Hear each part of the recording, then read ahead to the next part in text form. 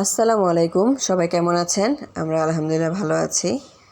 দুদিন পর ছাদে গিয়েছি, গড়ি গড়ি বৃষ্টি পড়ছিল। সেই সময় গিয়ে দেখি মাশাআল্লাহ আমার ফ্লাওয়ারের কলি চলে এসেছে।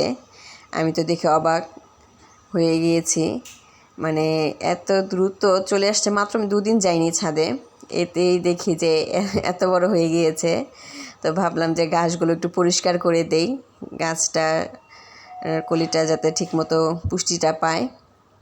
আর ফ্লাওয়ারের কলিটা দেখে আমার এতটা খুশি লাগছিল, মনে বলার মতো না। আর এটা হলো তার দুদিন পরের অবস্থা, লুকটা দেখালাম। দেখেন কিভাবে আস্তে আস্তে পাপড়িগুলো ছাড়ছিল। আর এটা হলো তারও দুদিন পর। এই পাপড়িগুলো এখনও পুরোপুরি ছড়ায়নি, ফুটেনি, বল আকৃতি হয়নি। এটার জন্য আমার 1 বছর ওয়েট করতে হয় এই ফুলটার জন্য। যেভাবে একজন মা তার সন্তানের জন্য, গর্ভে সন্তানকে দেখার জন্য 10 মাস অপেক্ষা করে, ঠিক এই ফুলটা দেখার জন্য আমাকে 12 মাস ওয়েট করতে হয়। তো আলহামদুলিল্লাহ, এই যে ফাইনাল লুকটা চলে এসেছে। কত বড় মাশাআল্লাহ বলটা। তো ফ্লাওয়ারটা দেখে আমার মনটা খুবই আনন্দিত হয়ে গেছে আলহামদুলিল্লাহ। আর এদিকে আমার ছাদের যে বাগান বিলাসটা মাশাআল্লাহ, ওটাও খুব সুন্দর হয়েছে, রোদে হাসছিল।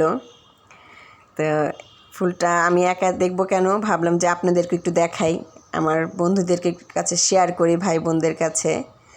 তো সকলে আমার গাছের জন্য দোয়া করবেন, আমার জন্য দোয়া করবেন। আর একটু দেখাই আমার ফ্লাওয়ার গাছটাকে। এই যে, তো এই ফুলটা আমার খুবই প্রিয় একটা ফুল।